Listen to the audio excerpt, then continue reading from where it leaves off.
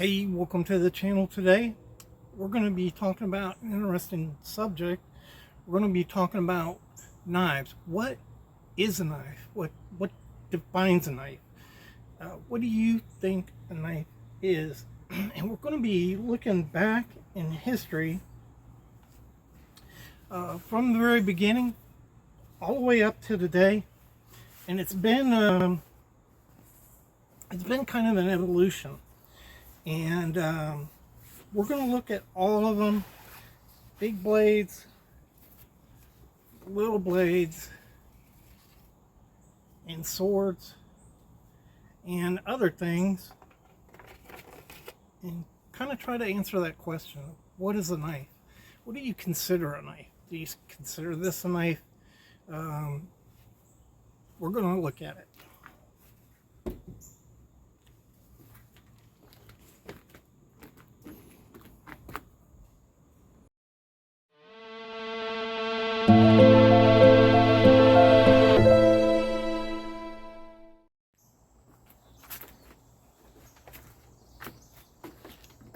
Hey, welcome back to the channel. Welcome back to the Fortified Castle.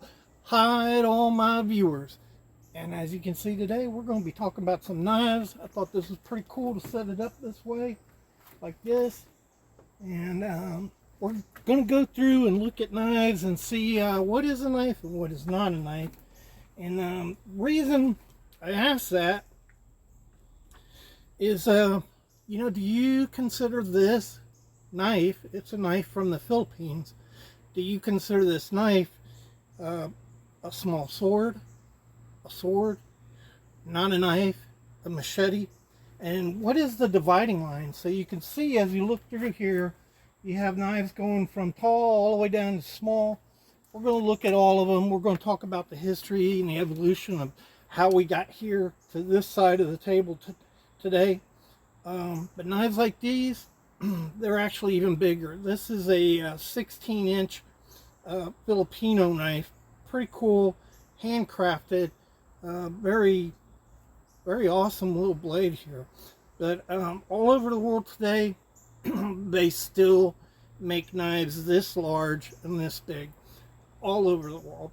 And so a lot of times guys ask that question, what is a knife? It seems obvious, but once you get extending this blade past a certain length, it's really more of a serious question. Is it really a knife or is it something else? Here is The Chance in Hell by CRKT, and this is an awesome blade. It's a machete, but what makes this questionable as a machete is that it's not flexible like a machete is. It is somewhat. You can see the bend there, but it's really not like a normal machete. It's a lot tougher, and a lot of people use these as camp knives. So it's an 18-inch blade. If you consider a knife an 18-inch blade, up to 18 inches a knife, then does this qualify as a knife, or are there other considerations? And so we're going to talk about that towards the end a little bit. In the beginning, we're going to talk about the history. And so we'll get right to that.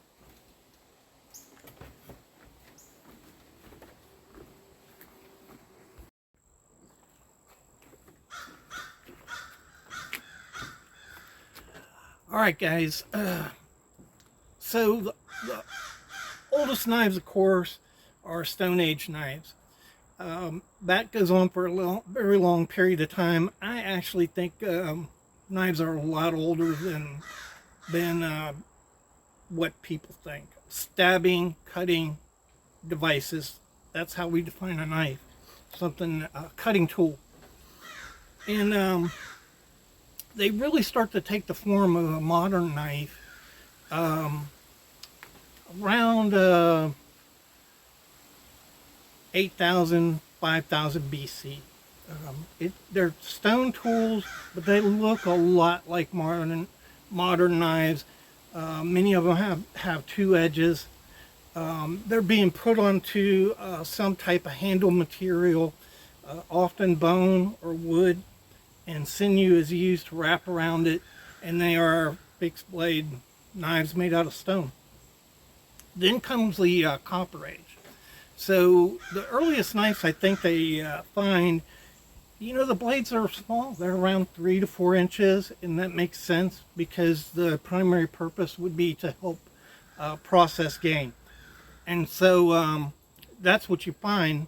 But as you move past that period and into the Copper Age, all of a sudden they start getting longer. And they start getting into the ranges that we see today, 7 inches, 8 inches, that type of thing. By the time you hit Roman times, way before actually, around, I don't know, 4,000, 3,000 BC, they're making swords out of bronze and copper. Haven't hit the Iron Age yet. And those swords are what we would call small swords today.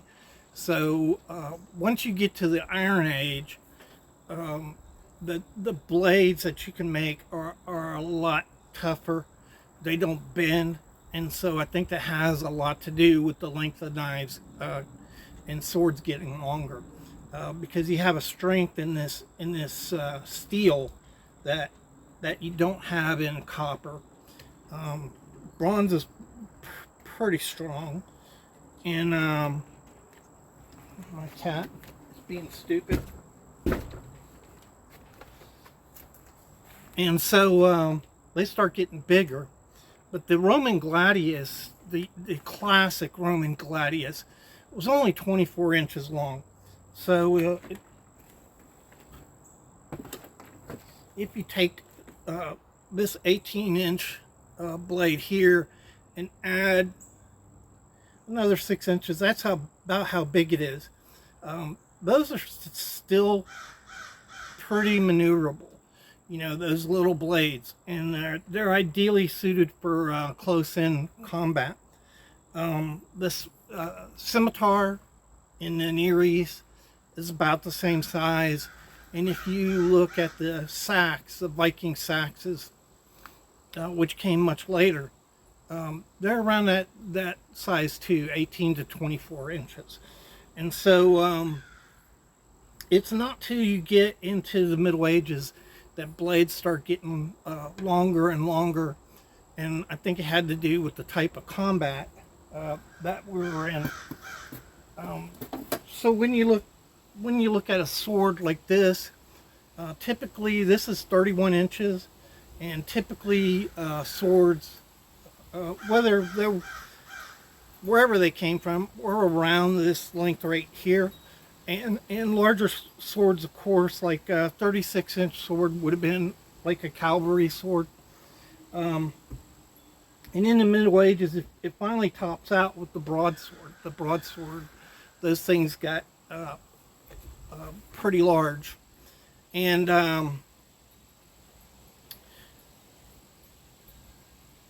in those times, from ancient times all the way up to the Middle Ages, the primary weapon was not a sword.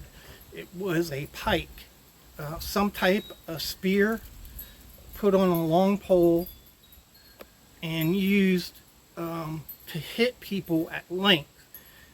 And that usually was your front line. The people that wielded those were typically gathered from villages. They did not have a lot of skill in fighting. And the people who had swords were your more full-time soldiers that practice warfare all the time. And so the pike was the primary weapon. And why do I bring that up? When you get to the advent of firearms, gunpowder, this is a really large rifle. It's a Mosin Nagant used in World War I and World War II. And it's 42 inches long by itself.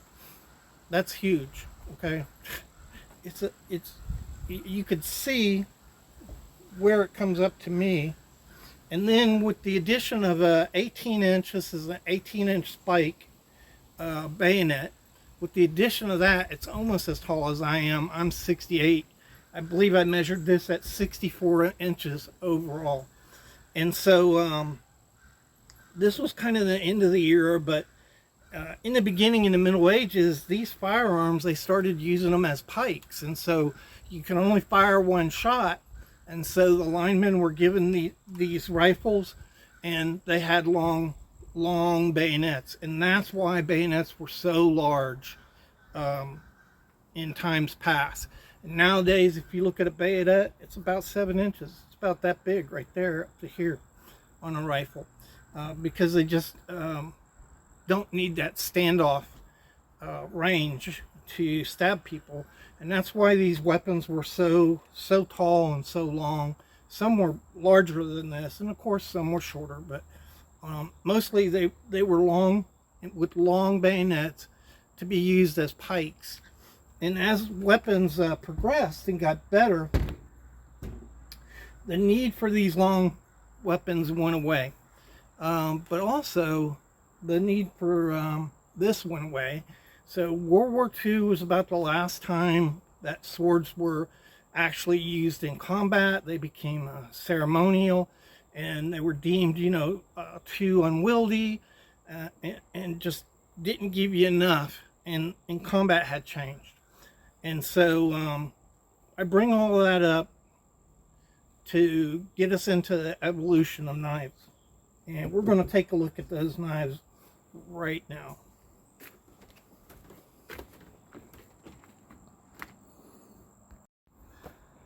All right, so this is where we get into the knives, and just knowing the history of it, of how it kind of all evolved with these swords and pikes and weapons, kind of gives you a background on why knives evolved and changed.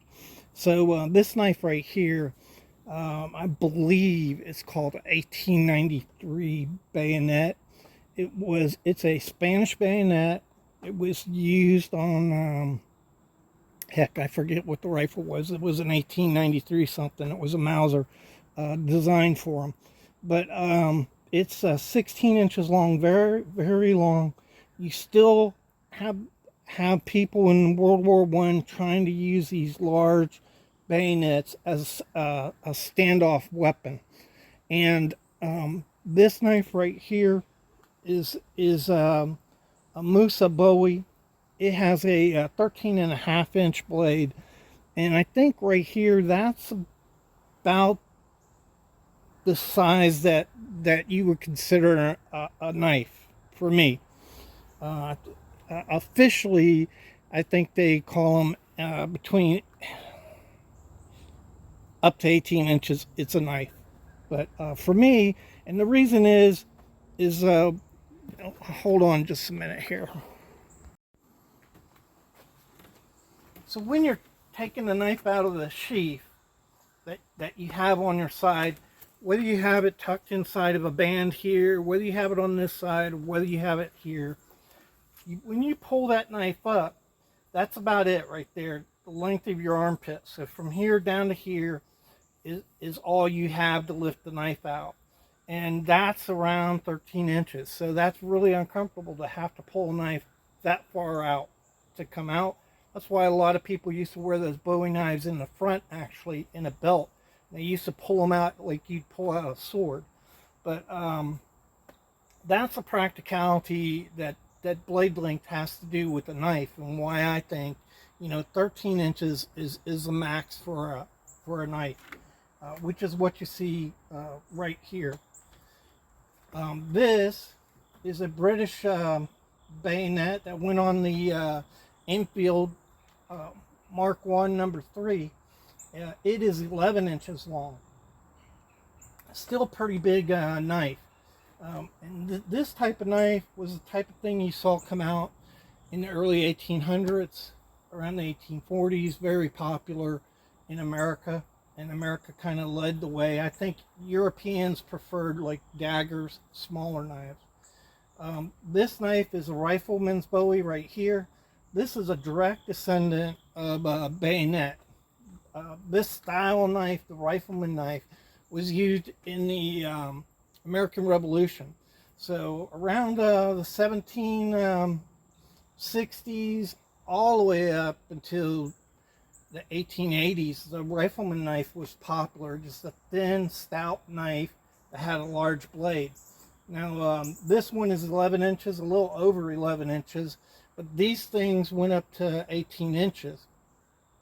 So if you think about it, this is a time when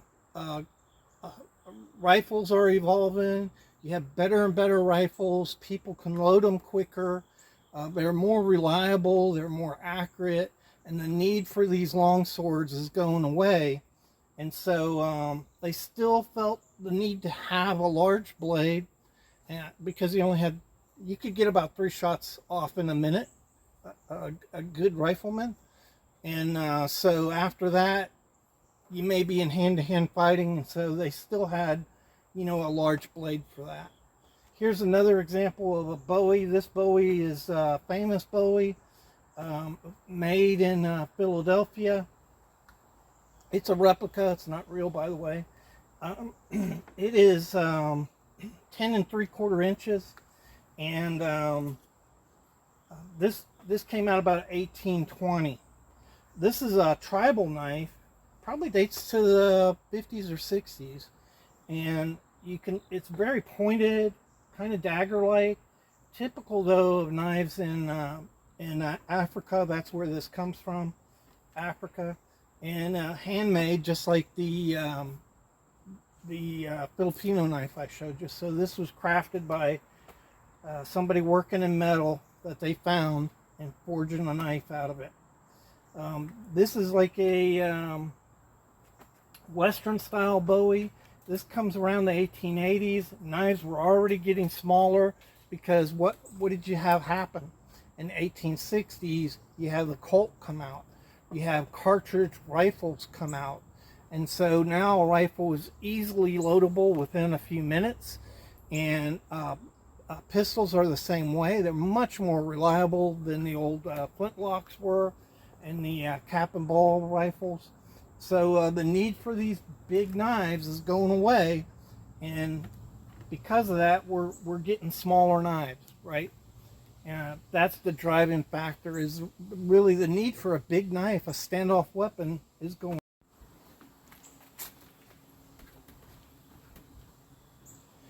All right, so over here you have a Silver Stag Bowie. This is a new knife, produced around 2014, maybe 15.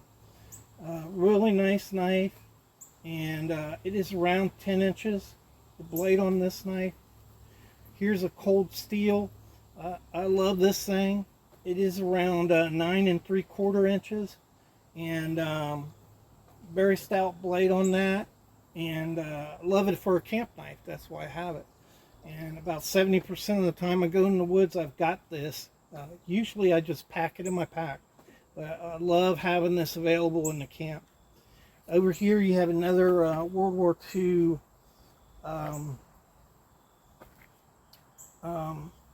bayonet. This is about 9 1/4 inches. This one is a little smaller. It's about 8 3/4 inches. Over here, this is a replica of Tai Chi's Bowie knife. Tai Chi was a Cherokee Indian chief in the 1800s. There are a lot of portraits showing this inside of his sash. He kept it right in his sash. 8 3/4 inch coffin style Bowie, broad.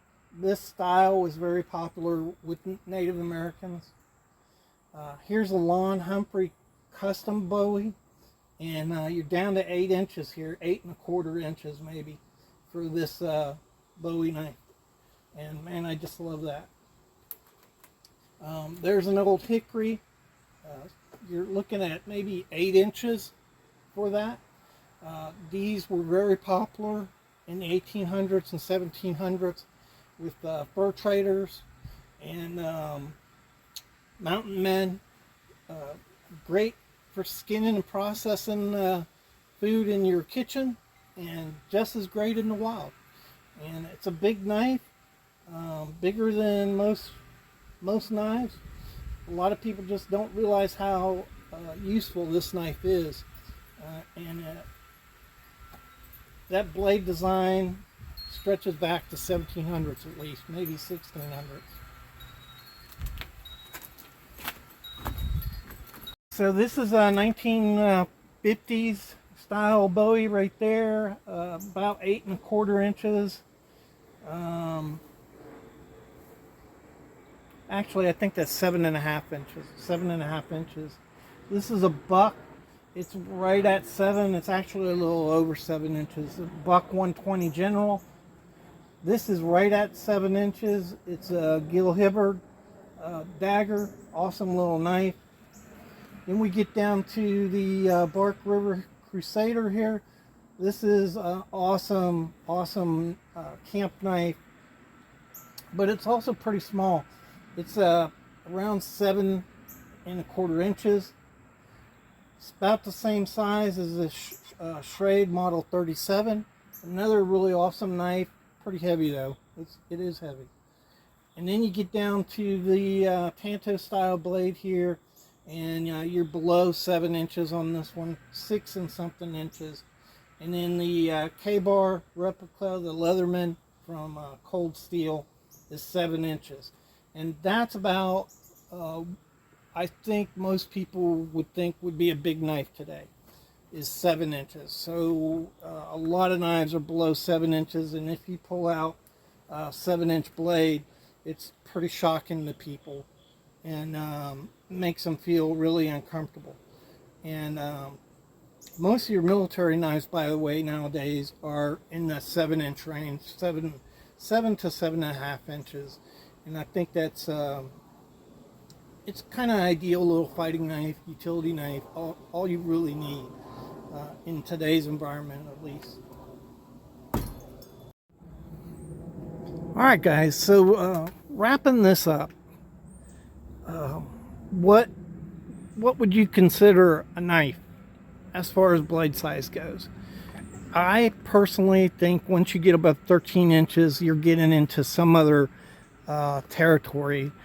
But I think it also has to do with blade size. So you certainly can make a knife. If you have a very rigid blade that would be good, for instance, to stab something, I think that's a knife, right? It's going to be classified as a knife. And around the world, we're sitting here in America, but as I'm talking, other people are going to see this. Around the world, the definition of a knife would be different. In some places, you would consider a knife under 7 inches, and something else if it goes above that. But I think once you get above 18 to 24 inches, you're in small sword area. And that's what I think most knife experts would classify as a small sword, between 18 and 24 inches. And then once you get above that, so you go to anything from 26 up to, 30, 33 inches, and it's a sword. And so that's how you classify these things. And it's going to be subjective. To me, there's a lot of things that go into it. The rigidity of the blade, the purpose of the knife, how you're going to carry that knife. And to me, 13 inches is uncomfortable. So pulling that out of a sheath is uncomfortable. You don't have enough pull to get it out effectively or quickly. And so really a good knife would be less than that. I think these knives over here in the 10-inch range would be perfect large knives, easily pulled out of the sheath. But once you go above that, 13, 14, 15 inches, very hard to pull out of the sheath. And you have to go to some type of cross draw to make it effective or quick to pull out of the sheath. So I hope you enjoyed the video. It's just kind of a fun video. I didn't get into a whole lot of facts and figures here, just kind of a general overview, how knives progressed. I hope you found that interesting. I'm an egghead and I kind of find that stuff interesting. So thanks for checking the video out, and really appreciate all you all do supporting the channel, your likes, your shares, your comments, and I'll see you in the next video.